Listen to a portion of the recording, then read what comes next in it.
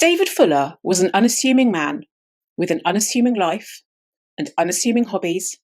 He was married 3 times, and his hobbies included bird watching, cycling, photography, all very mundane, right? But David Fuller's mundane appearance was hiding the sinister reality of the monster that he really was.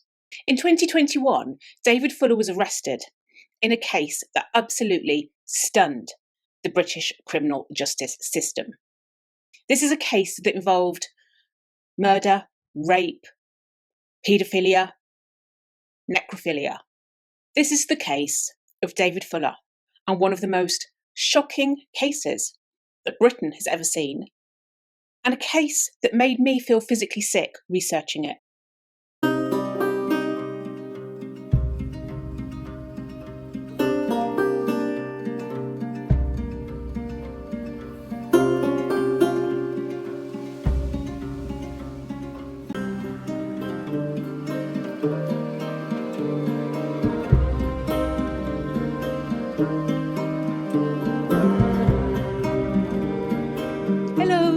Welcome to my true criminal abode.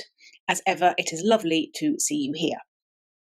So today's case is about David Fuller, and I'm just going to get straight in to saying that there are trigger warnings with this one. As the intro says, we're talking about paedophilia, necrophilia, rape, murder. It involves women of all ages, girls, children. There are a couple of explicit descriptions in the case. And as you know, your mental health is my priority. And if any of that is just not your thing today, please look after yourselves. I've triggered myself researching the case. I've had to walk away from it a couple of times because it's just so upsetting that I've triggered myself. So, trigger warning, trigger warning, trigger warning. Look after yourselves. Okay, so I'm not going to give a big introduction because there's not much to say about this horrible man. He really is vile. In fact, he was nicknamed the Morgue Monster. He is a monster. He literally is a monster. There are no better words for him. And this is the case about a man who he committed murder in the 80s. It took over 30 years for the police to capture him. And the police thought, when they went to arrest him, that they were capturing him for literally these murders. But what they found was horrific. They found so much more. So, today's case is about David Fuller, and I'm just going to get on with it.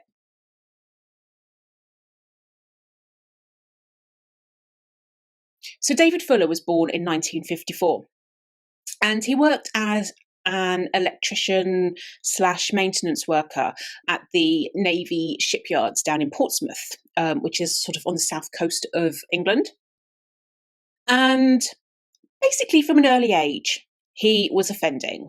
And like most offenders, they start off with relatively small crimes, if there is such a thing, because a crime is a crime and it's horrendous for whoever is at the other end of a crime, but you know what I mean, it's relatively small. We're talking things like burglary and arson. Now, weirdly, with pyromania, a lot of killers, serial killers, they start with pyromania, and I've never really understood why that is, but they do. So David Fuller was no exception. He had arson under his criminal belt, criminal damage, things like that. Now, these crimes obviously escalated. His burglary in particular developed into what is called creeper burglaries. So in other words, what these were he would go and rob someone, but his victims would be in the house whilst he was robbing them, because he liked to creep on people. He liked to watch people. He was a bit of a voyeur. He liked stalking people. And that's absolutely terrifying. I mean, it's bad enough being burgled, but being burgled whilst you're in the house, knowing, well, you don't even know, but knowing afterwards that somebody was watching you, it just makes you kind of shiver, doesn't it? It's just really, really creepy. This gives you a good sense of the kind of man that he was. He liked the power and the control over other people. Now, he was arrested. In 1973, he was charged at Portsmouth Crown Court for 3 domestic burglaries. Now, 23 other charges were taken into consideration but written off. The same thing happened in 1977. He pled guilty to a charge, with 3 other charges being taken into consideration, written off, all written off. This man did not face any consequences for his actions. He was not jailed. Now we see this. We saw this with Alton Coleman. Alton Coleman, he committed a string of offences before he went on to do a massive killing spree. None of the original offences before he went on his spree were ever properly punished. He did not face any consequences for his actions. Now, David Fuller, he doesn't go on a massive killing spree, but it's the same principle. It's the same idea of somebody becoming emboldened, thinking that they can get away with things. They think they're invincible. If he had 23 frickin' charges being taken under consideration and to not go to jail or be punished for one of them, what exactly is that telling you? That it's okay to keep doing it. And what's more, what's really, really annoying is that he's practicing it. The more he's doing it, he's getting better and better. He's honing his skill, his craft. And so by 1987, which is when he commits 2 horrific murders upon 2 beautiful women, he hasn't been punished and he's been practicing. And he's a cocky arse who thinks he can do whatever he likes.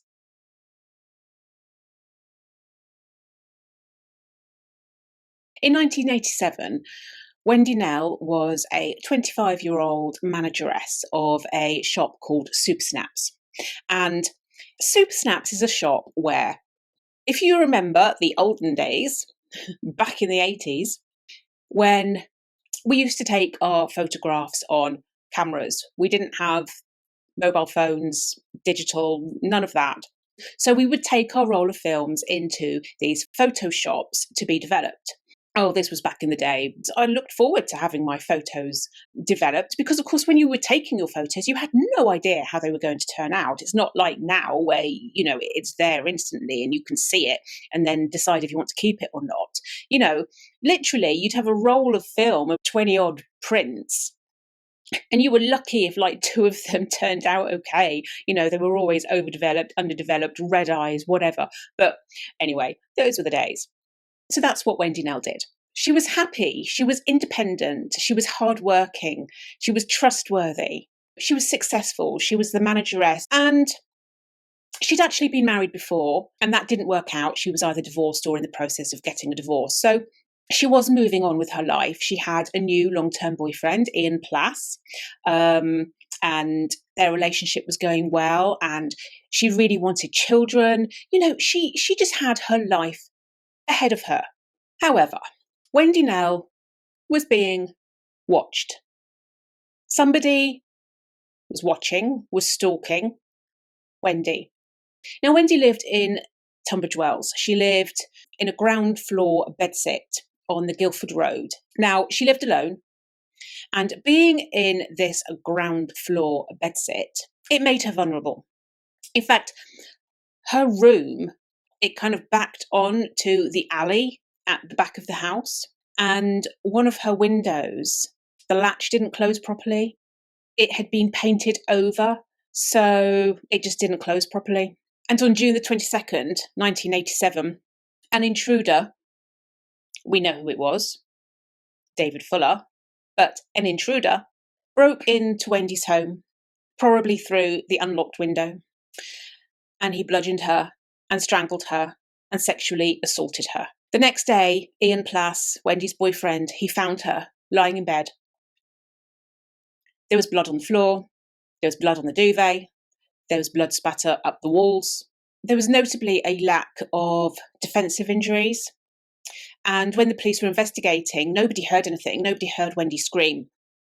So the probability is that David broke in whilst she was asleep, and she didn't stand a chance. He hit her, and she didn't defend herself. She couldn't defend herself.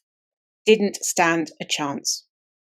Now, David Fuller did sexually assault Wendy. There was semen in her mouth, in her vagina, on the duvet. There were signs of anal penetration. But police believed that she was assaulted post-mortem.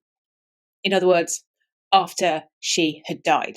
Because she was hit in the head, the blood analysis that was carried out, it showed that because of where the blood was, that her body had been moved and placed. He'd basically put her into positions he wanted to put her dead body in. He posed her. And this is the prelude to the monster he was. Obviously, the police didn't know this back at the time. They have no idea that this man is into necrophilia. But this is the beginning. And it tells a lot about David Fuller, because he doesn't want a relationship with anybody. He wants to manipulate, he wants to control, he wants to have power. The dead can't answer back. Wendy was sleeping. She couldn't defend herself. She's dead, and he has sex with her. He controls her. It's all about him and his gratification. Now, the police did find, obviously, quite a lot of evidence that, we've got the blood everywhere. There was semen on the duvet. There was a millets carrier bag that had blood on it. And on Wendy's blouse, there was a blood stain, and it had a shoe print in it. And we need to remember the time. This is 1987. So this is before the police had the technology to really do anything with DNA. Now, the police did know it was coming. They knew, the technology was around the corner. So they still collected everything. They were meticulous in their collection of the evidence. But they still did what they could do with what technology they had. So the shoe print, again, what are they going to do with a shoe print? So they went around Tunbridge Wells to all the shoe shops, and they were able to identify the shoe as coming from a Clark's shoe shop. So, they knew what shoe it was. But what are they going to do? Who are you going to match it against? So all the police could really do was just wait and hope that somebody would come forward with some information. Now, David, he did take Wendy's journal and her keys. Not sure why, could be a kind of trinket thing. But as we find out later, he is obsessive about record keeping. He keeps a record of everything.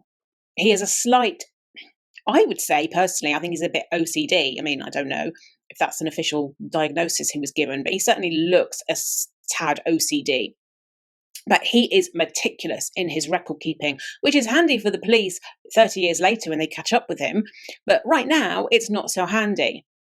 But he takes her journal, and what we discover later is that it's all part of this record keeping and him wanting to know more about his victims. And I think this is more about the power and the control, because even after he's carried out his deed, after he's done the act, he can still look back. He knows even more about her. He's got her journal. He knows her intimately, and he still has power over her for years. It's creepy. But he really, really was very, very meticulous. Everything was thought out, planned, premeditated. I mean, even down to watching his victims, stalking his victims. He'd obviously been watching her. In fact, there were reports at the time of prowlers in the area. Now, this wasn't known this hadn't quite come to light yet, but there were reports of prowlers. And what's really creepy is that later, 30 years later, the police found in his possession super snaps sleeves, like the envelopes that you put the photographs in. The police found them at his house. So he had actually gone into her shop. He had probably spoken to her. How terrifying. I mean, she has no idea that this man that she is speaking to, who she thinks is a customer, is going to murder her. And when you're a shop assistant, you have to be nice to everybody, even if she was like, oh, he's a bit creepy, he's creeping me out. She can't do anything. She has to be nice to him. It's just horrible. But this premeditation and this planning, it's all signs of his own arrogance as well. Because when he kills Wendy, the way that he has posed her body, moved her around to satisfy himself, it shows that he had no fear of being caught. He knew her routine. He knew where she worked. He knew her routine. And that's terrifying and arrogant. But, you know, this man really does think he can get away with anything. And why is that? Because he literally has before got away with anything. It makes me really, really angry. So obviously the police are doing everything they can to appeal to the public and catch Wendy's killer. But in November of that year, David Fuller strikes again. Caroline Pierce. She's a 20-year-old, beautiful, bubbly, vibrant young woman. She works actually on the same road as Wendy, a quarter of a mile away from where Wendy worked. She works in a place called Buster Brown's, which was an American-style restaurant. And like Wendy, Caroline lived in a ground floor bedsit. Now, obviously, after the murder of Wendy, the whole of Tunbridge Wells, the community, were in fear. Women were being warned that there was a prowler on the loose. So women, they knew, they were in a heightened sense of fear. So Caroline knew about Wendy's murder. And bless her, this is horrendous because Caroline took precautions. She had her window of her flat. She kind of got it repaired to make sure it was fine. She took precautions, but it wasn't enough. It was not enough. This man, he wanted her. He had been watching her. In fact, when the police find evidence 30 years later, he had written in one of his diary entries, Buster Brown's. He had gone to Buster Brown's. He had gone to Caroline's workplace. And again, we don't know for certain that he spoke to her, but I mean, he must have done. He must have been watching her. It's prolonging that fantasy that he has in his head of how it's going to go. In fact, there's one night that Caroline even called her ex-boyfriend. And she said to him that she thought she saw somebody outside. She thought she saw a prowler. She probably had. She probably had seen David frickin' Fuller watching her. She was that scared, she asked her ex-boyfriend to come and stay the night. You know, society is crap when women have to feel this way. Why should women have to feel in fear of their lives just because they are female? It's really not fair. Anyway, on November the 24th, Caroline spent the day with friends. She went out. She took a taxi home. She didn't even walk home. She took a taxi. She really was being careful. Just before midnight, she gets home. The taxi drops her off. And then she vanishes. Nobody knows what happened to her. For 3 weeks, she disappeared. For 3 weeks, nobody could find her. We don't even know if she made it inside her bedsit. Don't think so. We think that she was ambushed outside. Now, her bedsit was in a house which was right at the end of a cul-de-sac. So it would have been very easy for somebody to have been stood at the end in the dark and ambushed her. It was near a graveyard as well. But unlike Wendy, this time people did hear Caroline scream. In fact, 9 people heard Caroline scream. 9 people heard her scream. Not one of them did anything. Now, look, I'm sitting here and I'm judging these 9 people, and I really shouldn't, because it could happen to any of us. In fact, it's happened to me. I've heard a woman screaming outside, and I've gone outside, but I didn't call anybody. And of course, it depends on what kind of area you live in as well. You know, if you live in a city centre or near a bar or anything like that, you know, it could just be women being noisy and drunk or whatever. You just don't know. If you called the police at every single instant of a woman screaming, there would be a lot of call outs. But this is the problem. This is the problem kind of society has, this sense that we can't call the police every single time. And, you know, the police are underfunded. The police have got other things to do. And that's what people think. The police have got better things to do, what other things to do. The police are busy.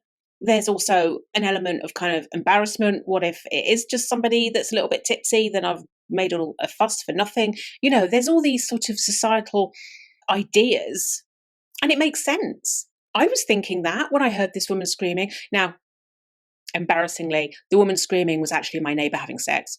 Yeah, that's what it was. I had no idea that somebody could be that loud. Anyway, I digress. So I was the same. You know, I heard the screaming and I went outside and I tried to listen to where it was coming from, but what bloody good's that anyway? But again, these things were going through my head of like, well, you know, is it just somebody walking home and had a bit too much to drink? I don't know anything. But as a society, we perhaps need to be reframing the way we think and the way we think the police are going to perceive us. And it needs to come from the police. The police need to reframe it in a way that it doesn't matter if it's a waste of time. Because 9 people heard her screaming. 9 people could have saved her life, and they didn't.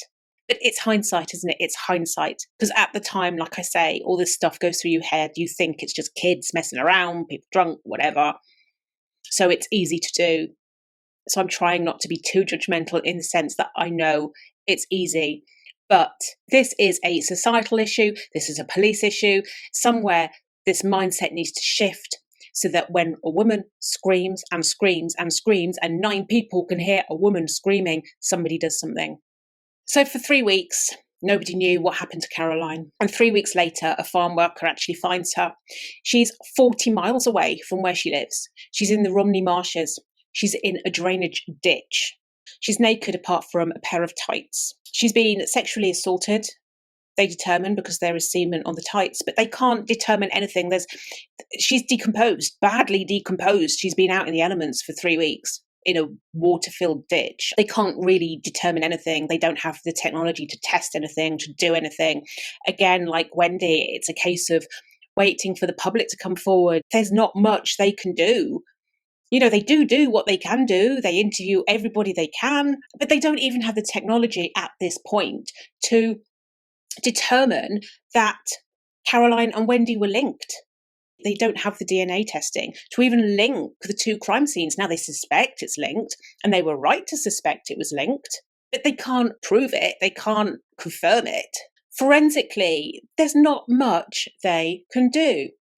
And the case becomes infamously known as the Bedsit Murders. And people were terrified because there's a killer on the loose. The police haven't got a clue. There's no answers. Nobody knows who this person is. Are they going to strike again? It's absolutely terrifying for the public, knowing there's a killer out there who could strike again. It's frustrating for the police. So by 1999, the DNA technology had kind of caught up to a degree, and they were able to analyse the semen stain found on Wendy's duvet. And for the first time, they were able to get a profile. So they had a profile of the killer. They put the profile into the DNA database, which had now come about, but there was no match. As far as the police were concerned, whoever the killer was squeaky clean. There was no match on the DNA database. There was no record of David Fuller having committed offences. And why is that? Because he never went to prison the first time. He wasn't on the frickin' database. So they had a profile, but David Fuller had got away with his crimes in the 70s and he wasn't on the database. So they still had no idea who the killer was. Because if he's not on the database, what are you going to do? You can't test everybody in the country. So the police were still at a loss. The public was still terrified. The Bedsit Killer was out there somewhere. He could strike again. Had he struck again? had he murdered somebody? The families, they just wanted justice for their beautiful daughters. They wanted to see the man responsible for taking away their precious daughters' lives brought to justice. They wanted to see that monster off the streets. For over 30 years, David Fuller walked the frickin' streets when he shouldn't have. So in 2019, they actually were able to analyse the semen on Caroline's tights and pull a partial match from these tights. And for the first time from this match, they could then link Caroline's murder to Wendy's murder. So it was a huge breakthrough because for 30 years, they couldn't even link the two crimes. Obviously, again, there's no matches on the DNA database. I mean, during this time, during the last 20 years, he still hasn't offended, or I'll rephrase that, because he has offended. We'll get to that in a moment.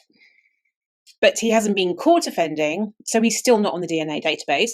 Okay, so they've got the profile, they've got the link between the crime scenes. Now what? They go to familial DNA. It's like things like, My Heritage and that kind of thing, where people kind of put in their DNA and it comes back with who their family is. Well, this is basically what the police do. They go to familial DNA. They've got the profile. They can't find a match to David Fuller, but maybe they could find a match to one of the perpetrator's family members. So the police used this familial DNA technique. And this was a huge task. They actually whittled it down to 1,000 possible matches. They had 1,000 possible matches of who could be linked to the Bedsit murderer.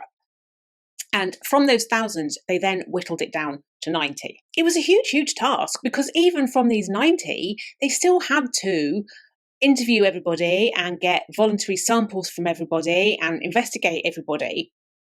So it was a big undertaking. It still wasn't easy, but they did it. They got a match. From familial DNA, they managed to whittle it all the way down to David's brother.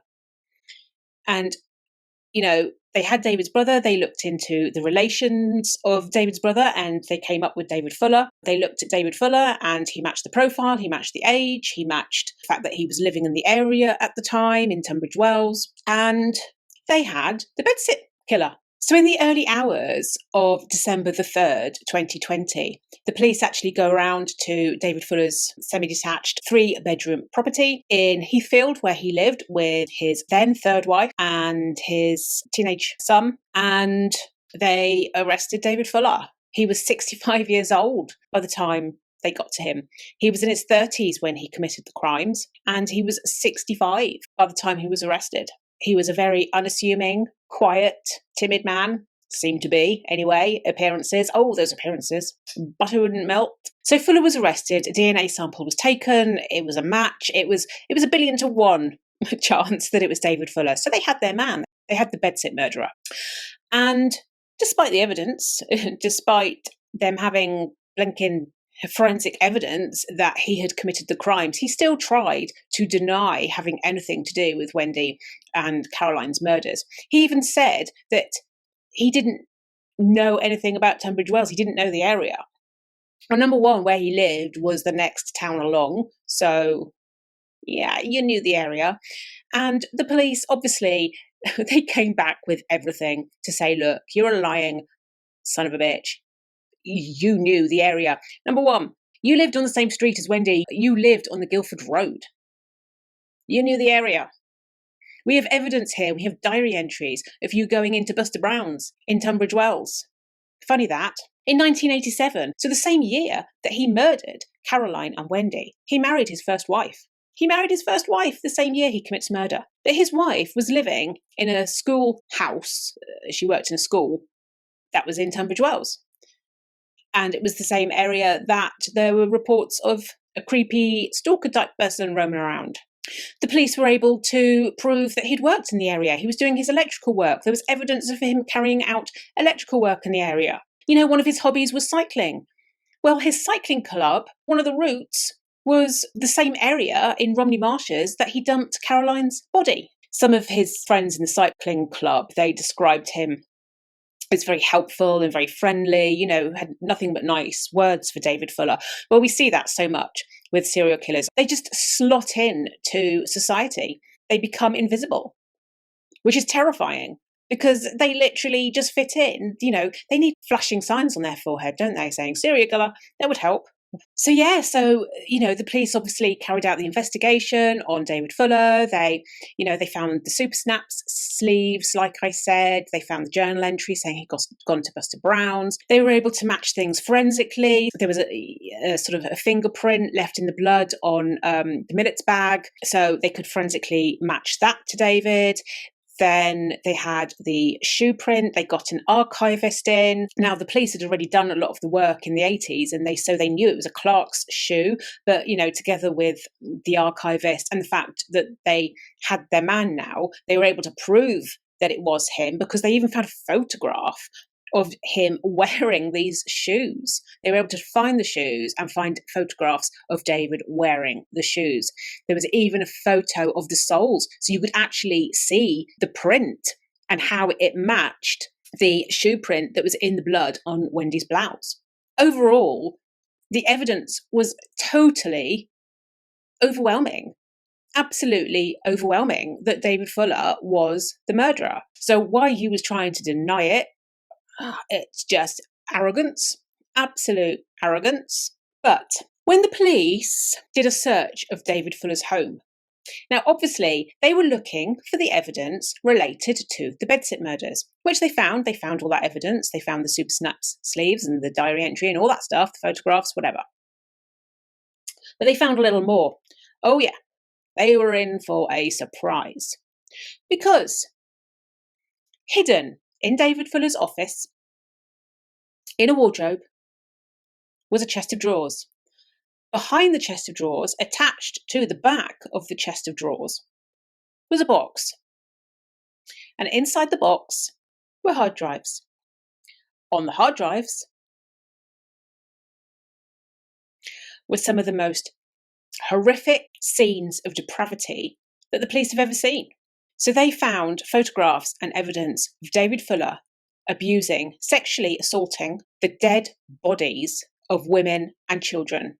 The oldest woman was 100, the youngest child was 9. This was huge. And there wasn't just one, there was over 100. 102 bodies David Fuller assaulted. And this evidence, it showed exactly where he had been for the last 30 years. It showed why, after Caroline and Wendy's murders, why he disappeared. Because he was getting his gratification elsewhere. He was sick, twisted. The absolute depravity of what he did.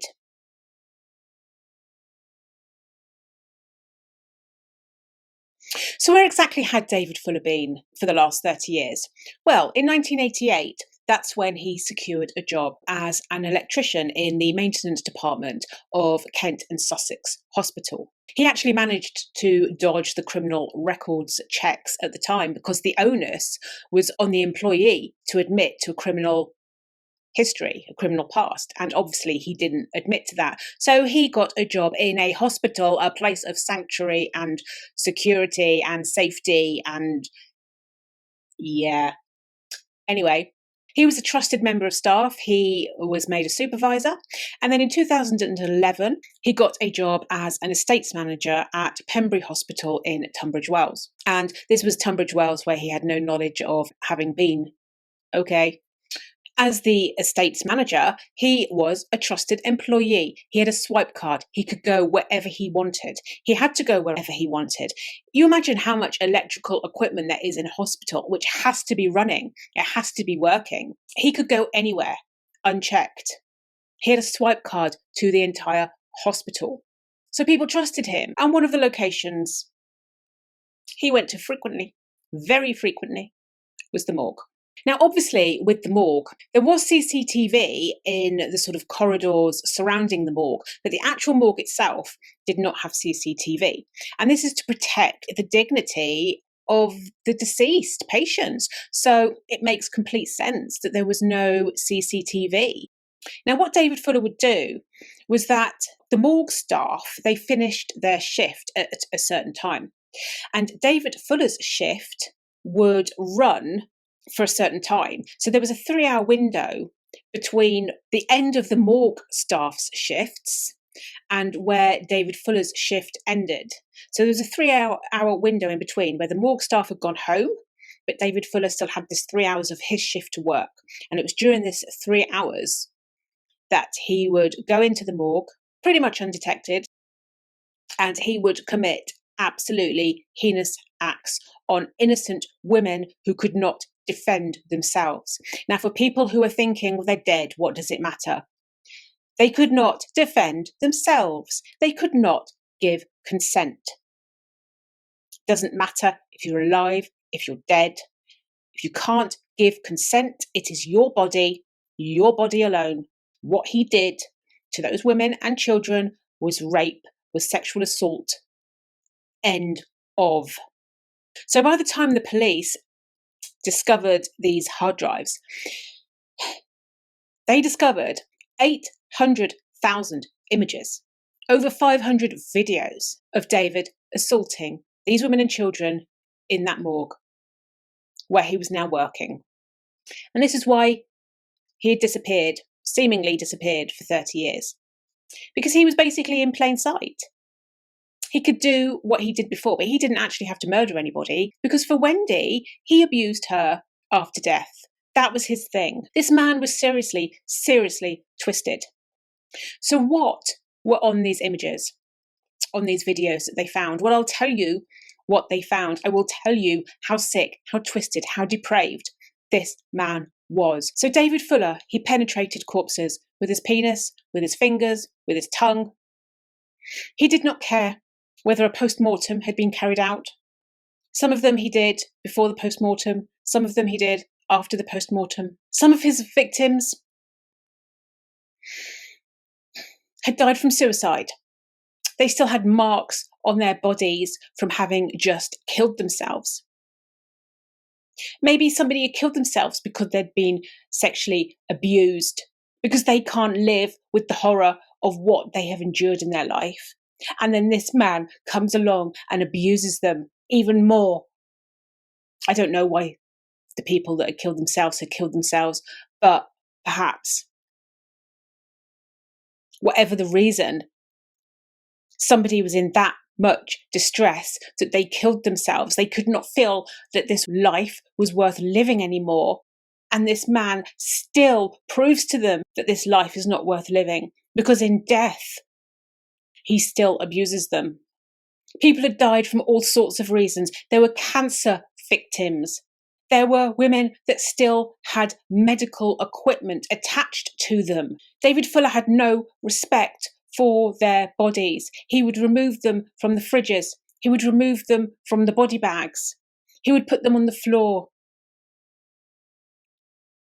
He would do whatever he wanted to do to them to gratify himself.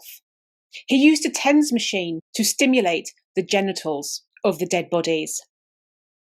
A TENS machine to stimulate the genitals of a dead body. There were at least 102 female victims. The oldest was 100. The youngest was 9. Fuller would take the morgue logbook and he would identify his victims. Now, we've seen this with Wendy. He took her diary. He wanted to identify them. He wanted to maintain that relationship with them. He stalked these victims after death. He went on their social media accounts so that he could still abuse them. He took photographs and videos of himself abusing them so that for years he still had power and control over them. He kept notebooks of his experiences. Some were called Best Yet, some were called Deadliest, some were called Deadliest Yet, whatever. He kept notebooks. He was perfecting his crime. Each experience was him trying to achieve the best results for himself. And so he kept logbooks so that he could record how each experience went, so that he could create this ideal fantasy for himself with total disregard for any of the women he was abusing. He did not care what ages they were. Two of his victims were sisters. They were sisters. They had just died. They weren't even from this country. They were from France. The two girls, the mother and the father, had come over from France. They were driving and they got in a car crash. The two girls died. The father died. The mother lost her entire family. And then she is told what David Fuller does to her beautiful daughters. Mary Conde, she was 16 years old. And her sister Helen, she was 22 years old. Young, beautiful girls with their lives ahead of them. And her mother finds out what this monster has done to them. She is suffering from survivor guilt. She is the only survivor in this crash. She is grieving for her children, for her husband. And this monster violates her two beautiful daughters. Another young girl was 9 years old. 9 years old. Her mother had left her with toys. David Fuller had to remove her clothes, had to remove her toys. They had to...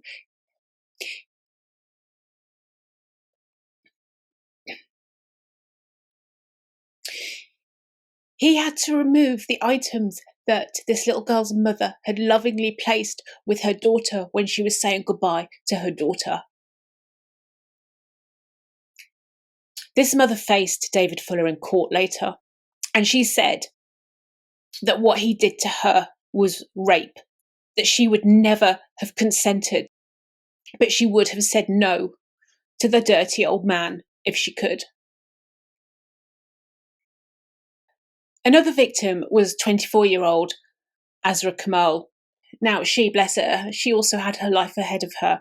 She died in a road traffic accident. It was late at night, and she was on a bridge when her car caught fire. She went into the central reservation to get to a place of safety, and it was dark. She couldn't see anything. And she climbed over the barrier to go into the central reservation, not realising there was a gap in the central reservation, and she fell straight through to the ground below. And it's just horrendous, just horrendous. Her poor mother found out that she had literally just said her goodbyes to her daughter when David Fuller did what he did to her. I had spent 2 wonderful hours in the mortuary, sleeping with her. Little did I know that my daughter had been violated prior to that day and in the evening of that day. And there's me kissing and cuddling and saying my last goodbyes.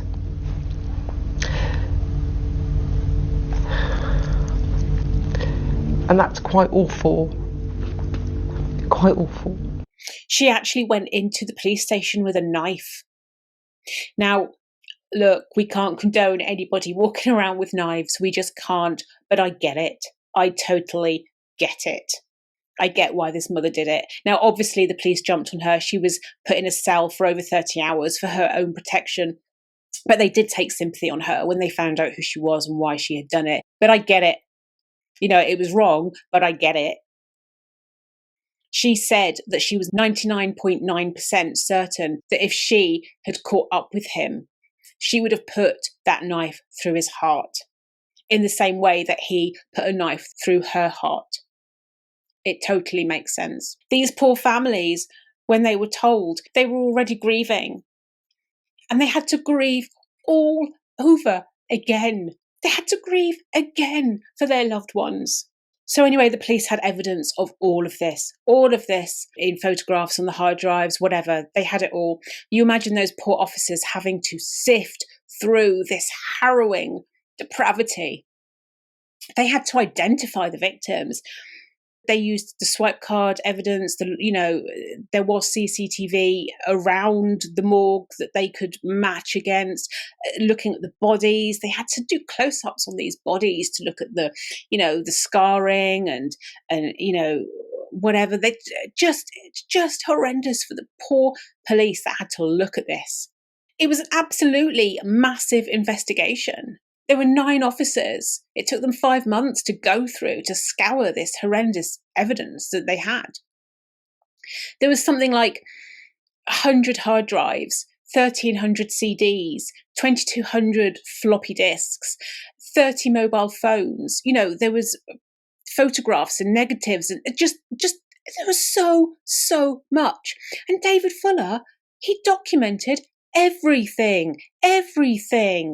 I think, as well as it just being a sort of, I don't know, some kind of OCD thing, there's a control thing. I mean, there is control with OCD anyway, but it's this control and this power and this manipulation. And he wanted it still in his victims' death. He wanted to still be controlling them and having power over them. And for 30 years, basically, he did. He still had a piece of them which he could keep with him. The man's just horrendously vile. I want to admit I am admitting the offences, but I don't really want to go into detail. Yeah. Okay. If you appreciate that. And what offences are you admitting, David? As you've just described to me. Okay. In terms of the sexual penetration of corpses? Okay. And do you know how many occasions, David? No. No. Have you been recording yourself doing those things? Recording yourself sexually penetrating the corpses? I admit that offence, yes. Yeah. Okay. What did you retain the recordings for? I don't know either. Okay. Was it for further sexual pleasure, David?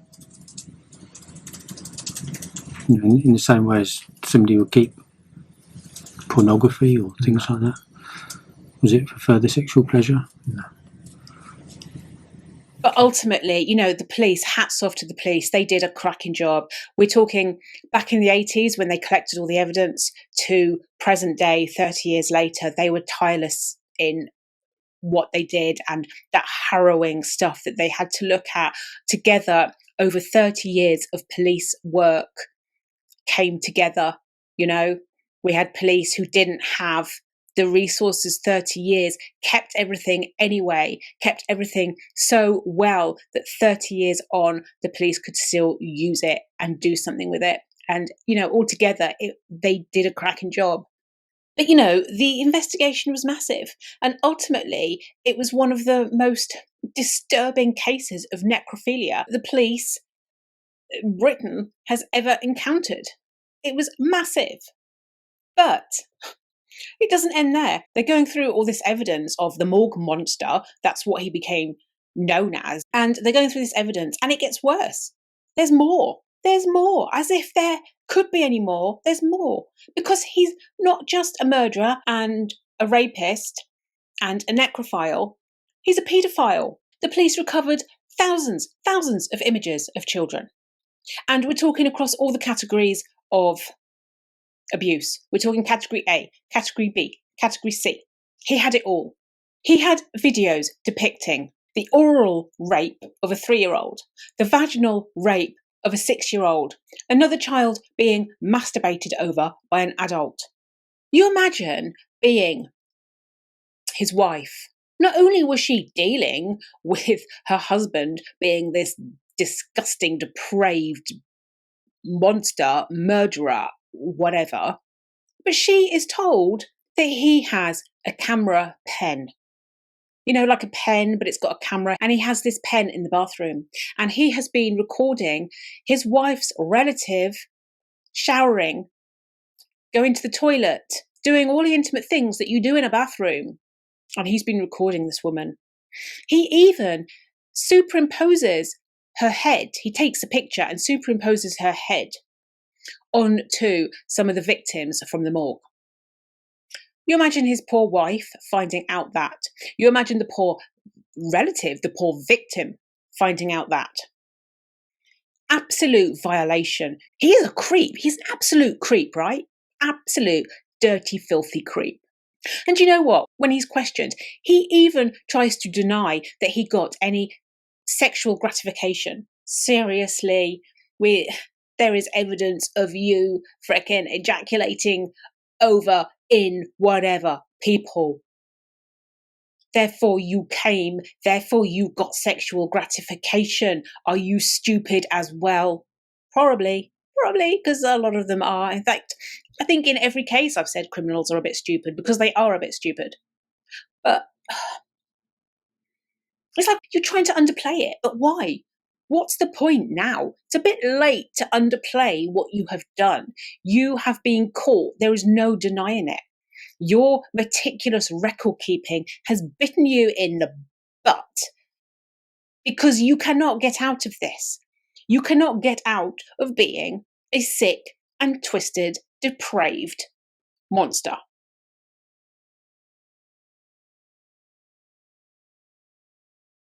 So anyway, he didn't. Ultimately, he pled guilty to abusing the bodies and the corpses. What he did keep denying, however, was Wendy and Caroline. He still, after all this time, kept denying it.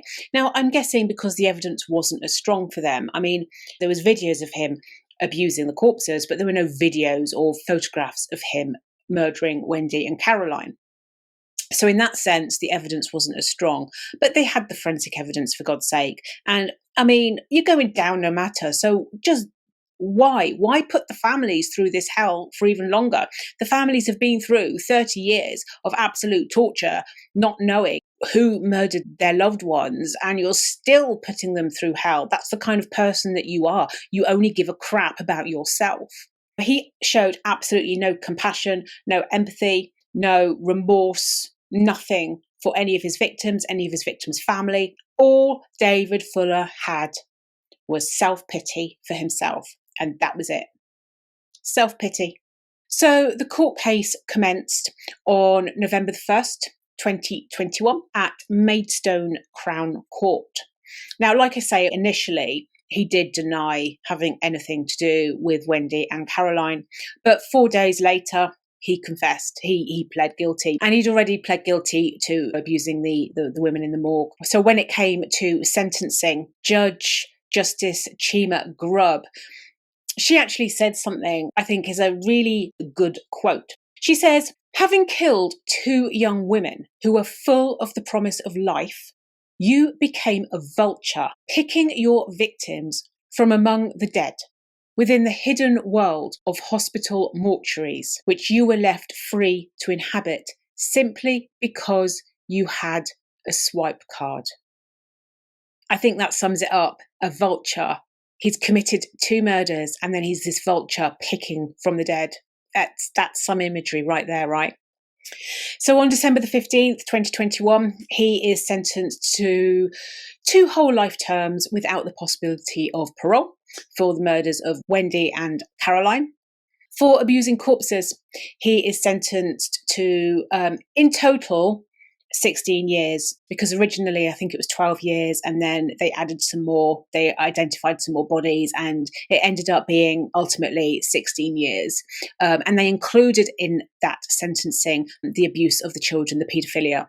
People get a bit annoyed by that sentencing of just 16 years, and I get that.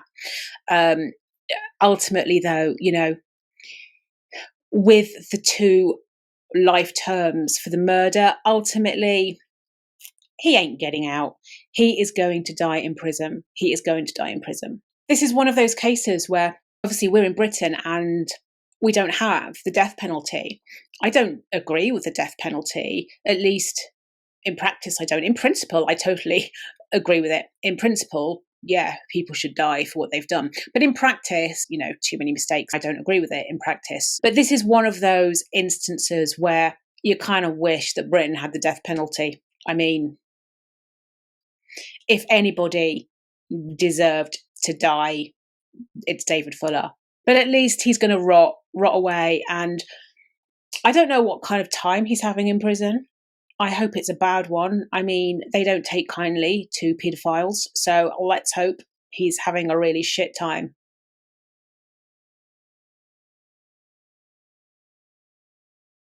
So yes, so that was the case of David Fuller. Let me know what you think. Now, if you're like me, you probably don't think very nice things right now. You probably have a lot of very bad thoughts about David Fuller. Let me know them. So obviously, the impact on the families has been absolutely horrendous. We have Wendy's family, her mum and her dad, their relationship never got back on track. You know, that often happens after a child is murdered or a child dies. The relationships break down. Now, Wendy's father, he sadly died before he saw his daughter's killer brought to justice. So sad. He never got to see David Fuller pay the price for what he did, which is just tragic. Ian Plass, Wendy's boyfriend, he felt tremendous guilt for not having been with her that night. Caroline's mother, she describes a living nightmare for 30 odd years.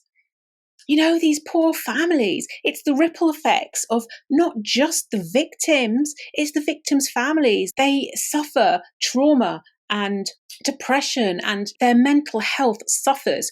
And all these things, they ripple on and they ripple down generations. So it's not just this generation, the next generation will feel the effects of that trauma. And his own family, David's own family, his poor children, he's got 3 children, he's got 3 wives. They've obviously disowned him. They don't want anything to do with him. I think his 3rd wife sold up the house and stuff. I don't blame her. But those poor children, I mean, imagine the shame when somebody asks about your father. What the hell do you say? Like I say, it's just the ripple. It's the ripple effect for generations. These crimes are massive. It's not just the victims. It's a massive ripply circle of all the people around it. And like I say, it's for generations as well, because people suffer mentally and mental health does get carried down. People will continue to suffer.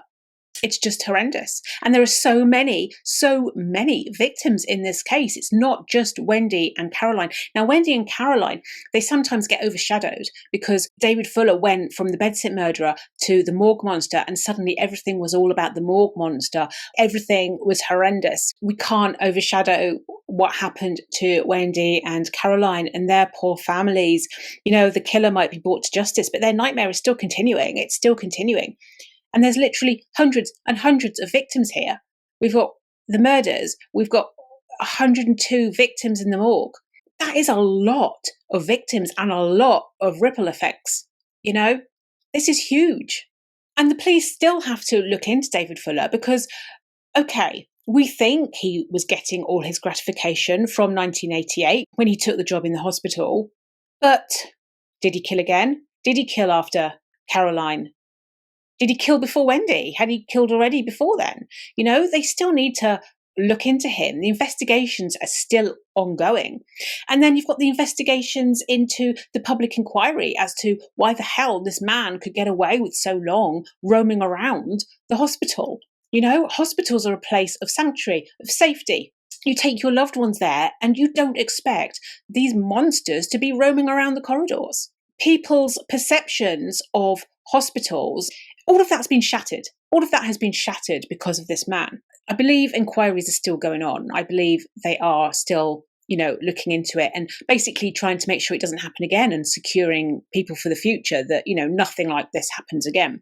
There definitely needs to be better checks. Somebody should have been like, why is that man going in and out so many times? Not with the CCTV in the morgue. We need to protect people's dignity. People have suffered enough. We don't want to go down that road. But there could be better checks on people using their swipe cards willy-nilly and going into the same place time after time after time. He had entered the morgue and autopsy area thousands of times, not hundreds, but thousands of times. And no one ever stopped him or asked, well, what's this guy doing in here? They thought that the perpetrator was a great guy. And basically, he groomed them.